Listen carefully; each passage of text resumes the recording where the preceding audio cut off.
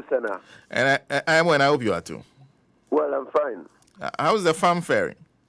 Well, it's good. I mean, we are trying to seed the farm, and so we are on the farm busily working to ensure that we beat the time. Okay, so let me thank you for lending me part of your time. And of course, I wanted to go back to first. Were you in Parliament when the attempt was made to perhaps get through a law that allows for the election of MMDCEs?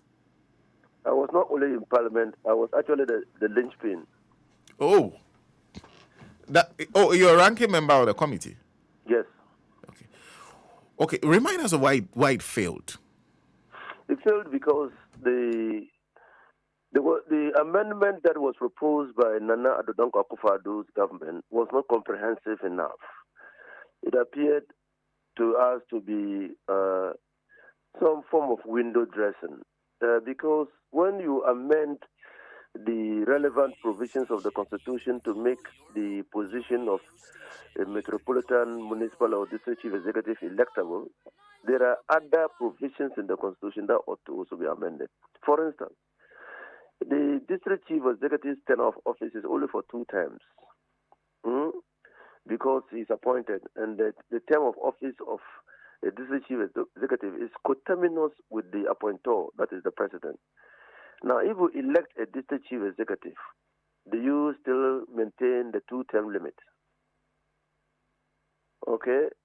The district chief executive, because he is appointed, he can be removed by the president. But if he is elected, he cannot. The power to remove him will be taken away from the president because he doesn't derive his power from the president. He derives his power directly from the people through their representatives in the assembly or through the popular vote. And so you cannot still vest in the president the power to remove him. So these were the issues that frustrated, if you want, or for lack of better word, the passage of the law. And I remember the Speaker of Parliament, then Professor Michael Quay, the majority leader, Chairman Sabunsu, and myself had to sign a memorandum of understanding to ensure that the other provisions that will be impacted by the amendment would also be amended.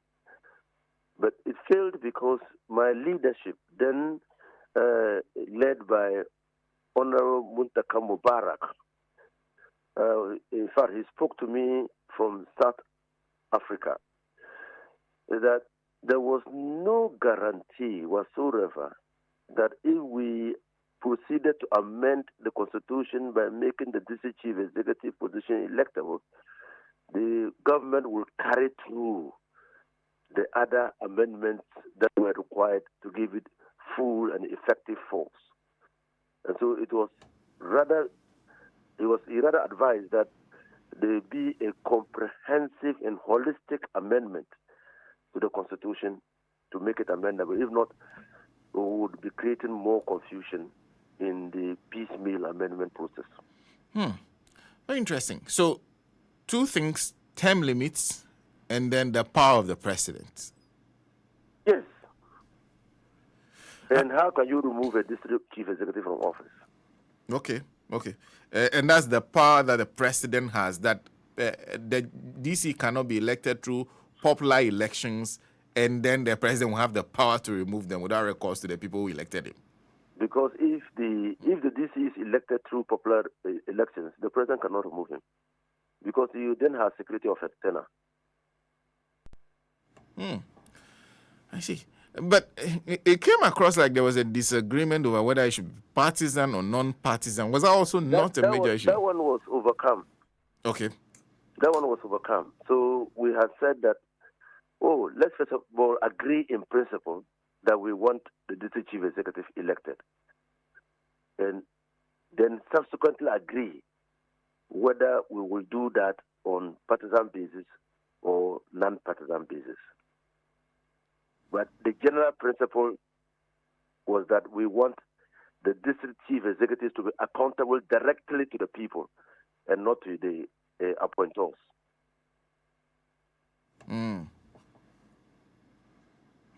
So there was an agreement, but was that agreement an agreement on whether it should be partisan or non-partisan? So the MPP then said, well, it appeared to them that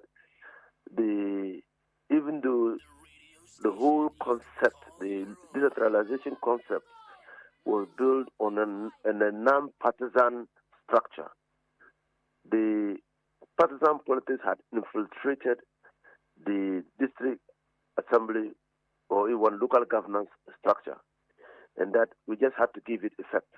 The NDC argued that the fact that the people had infiltrated, partisan politics had infiltrated, does not necessarily make it right, and that it was for good reason that the architecture was designed in such a way as to make it non-partisan, so that you could attract brilliant, public-spirited people who wanted to be insulated from the excessive partisan politics to serve at the district level.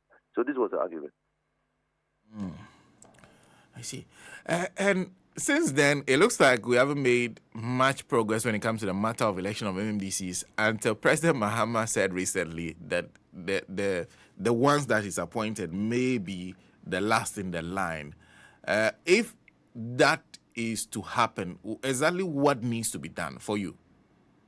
So no, we cannot say that we have not made that progress. On paper, we've made a lot of progress. The committee headed by Kasati came up with a recommendation which clearly agreed that the district chief executives must be elected. So on non-partisan basis. So election on non-partisan basis. But if within the process, or if by time it was realized that it was important to elect them on partisan basis, Parliament could pass a law to make it. So you didn't need to go back to constitutional amendment. So we said, in that provision that they couched, they said that, well, we are going to elect our district chief executives on non-partisan basis, but Parliament can, by law, make the process partisan.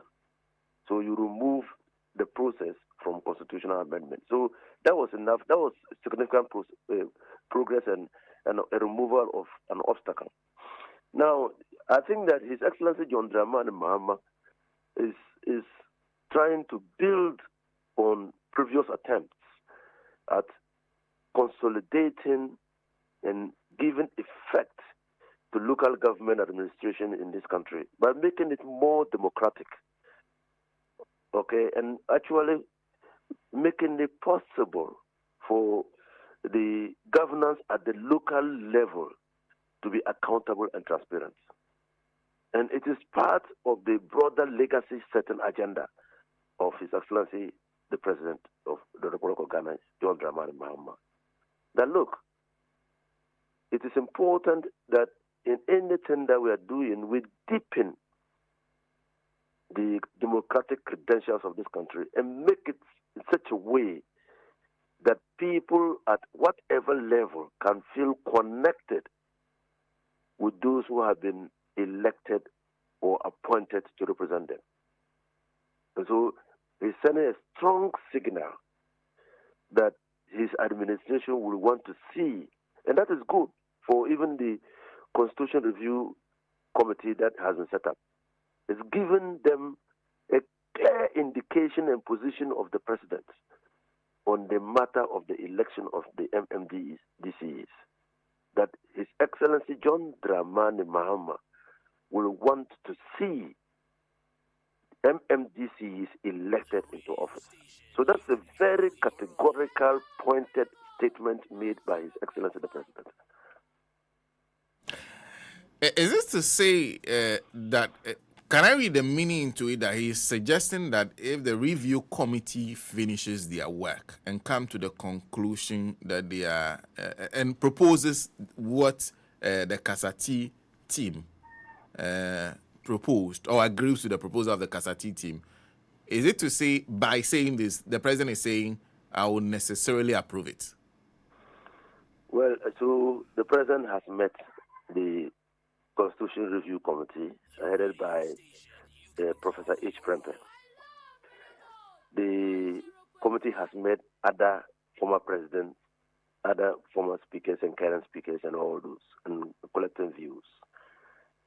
I will not be surprised if the view of the president, as articulated before the committee, was that a design must be created to take account of the election of MMDCEs. So it is now left to the Constitution Implementation Committee to come out recommendations, and that those recommendations will be subjected to parliamentary debate, and then those that will require that they be amended through a referendum, go through the referendum process.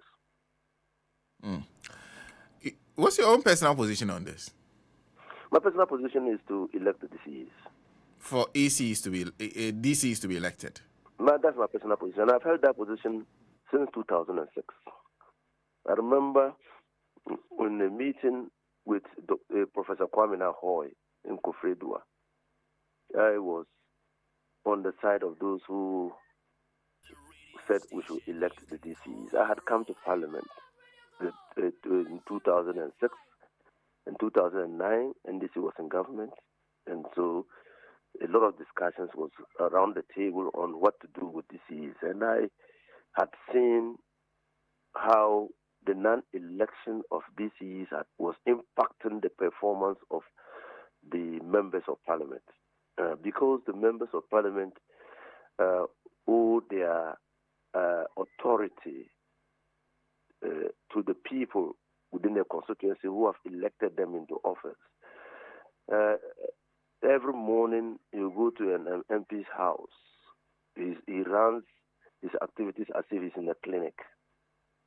We get to Parliament. Before he enters Parliament, he has his constituents waiting for him. He goes to his offices. He has constituents waiting for him. He gets home in Accra, out of his constituency. He has constituencies waiting for him. Why?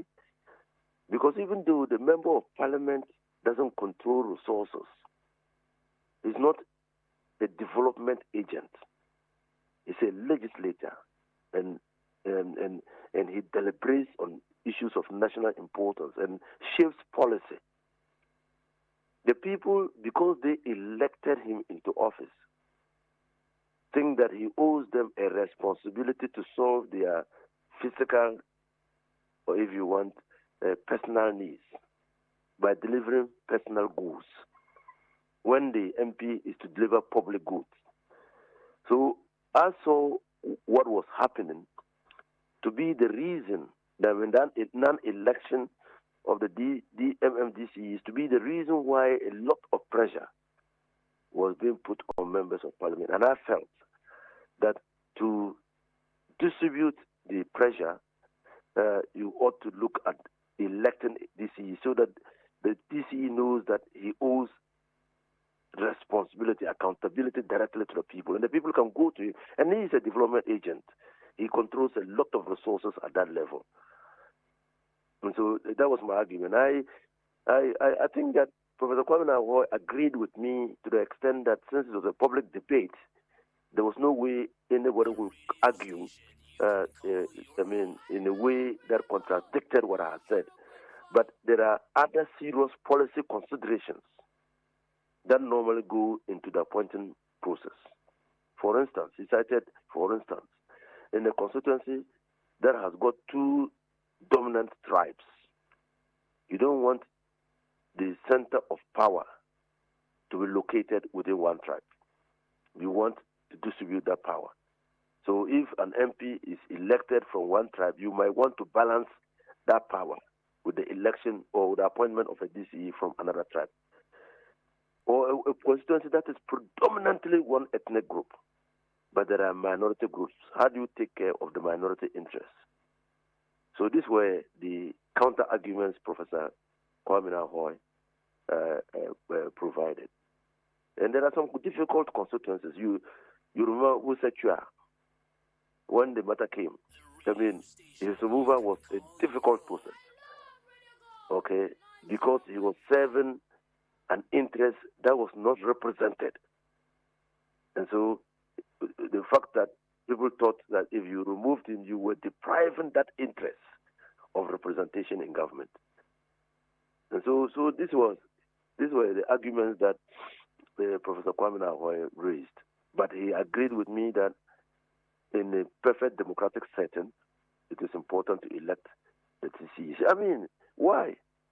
The mayoral systems in other countries put responsibility for the development of the districts or the areas where the mayors are elected to develop those districts, to develop them. I mean, to raise taxes within those districts, or within those metropolitan areas, within those cities, and develop the areas. But here, they don't do nothing. They just sit in office. They don't raise taxes. They wait for government to raise the taxes and send them the 5% or so, or 7% or so of the tax revenue, and then take DDF donor funding for the implementation of their activity. So they simply just go to occupy office. But you have economic activity. And when you look at the Constitution even anticipated that. It said that within a year or two, Parliament must pass a law to make sure that the district chief executives are financially, if you want, stable. So they can raise their taxes, they can raise their revenue and all those things. The Constitution says so. But we have not done that. And you see that our schools in the various districts, some have their roofs ripped off. The district chief executive appears incapacitated. He cannot roof the building. The medical centers, chief's compounds are falling, getting into dilapidated states. I mean, the chief executive appears to be overwhelmed. The roads, especially the town roads, some are undone. The drains are, they are clogged. The district chief executive can do nothing. He appears not to have the capacity to raise money to be able to unclog the drains. I mean, you can just litter. Everybody's waiting for the central government to intervene. But that was not the essence of the local governance administration. Local government structure. It was to transfer power to the local level and ensure that at the local level, things are done right. Because the people who will be managing the affairs of the community, of the locality, will be people who are from that area. And they will want to see their communities developed, clean, and thriving. And so that's why this local governance administration is important. You put the administration of the localities in the hands of the indigents, and they will create the community that they want. But we are not seeing it. Well, Alhaji, thank you. But before you go, just one issue that we've been discussing this morning. You've run for 4 parliamentary elections. You're also a lawyer yourself. How do you think this impasse at Ablekuma should be resolved? The EC seems to be suggesting that we still want to go ahead with scan copies of the results as presented by the MPP, use that to declare the elections. The NDC in the constituency are saying simply that we cannot rely on scanned copies, rerun the 37 polling stations. What's your view on this? My view is to blame the ECG for dereliction of duty. Dereliction of duty? Yes. How? Now, elections are conducted in accordance with law. Election results are declared at the polling stations. Constituency, a person is elected when the returning officer declares that person so elected based on the available results that the returning officer has cited. And this available result comes about by reason of coalition. That's why those centers are coalition centers. Now, when the results are declared at the coalition centers, the person who has been declared elected is presumed, and that is a rebuttable presumption, is presumed to have been elected based on the available results. If anybody has reason to believe that that person is otherwise not elected, that person goes to court and then proves that the declaration could not have been the case. Now, why is declaration supposed to be done simultaneously and within the reasonable period after the election?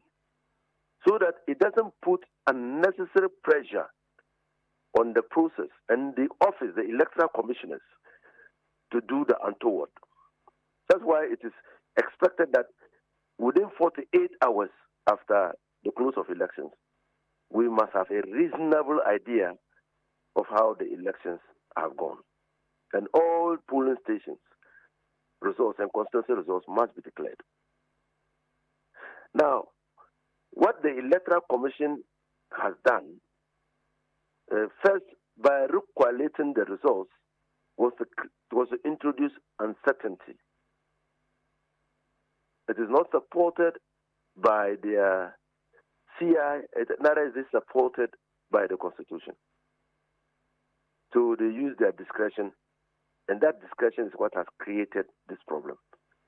And I've said from day one, all that they ought to have done was to declare the results. This is the result that we have, and we have declared. And anybody who feels dissatisfied goes to court. 6 months down the line, all the matters would have been settled through judicial intervention. All these matters would have been settled. I see. But having gone ahead to do recollations and all those things has introduced this uncertainty that has no end in sight, and that put the blame squarely at the doorstep of the Electoral Commission.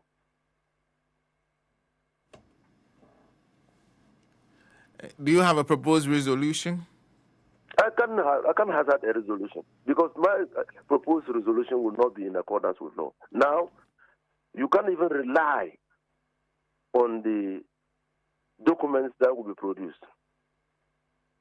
You agree with me that the nearness of time to the conduct of the elections would have lent some credibility to the documents that were produced to support the election results. Now, 6 months down the line, you are still going to look for documents to support the coalition of the results. That is the problem. That is the problem. And so I can't hazard a suggestion.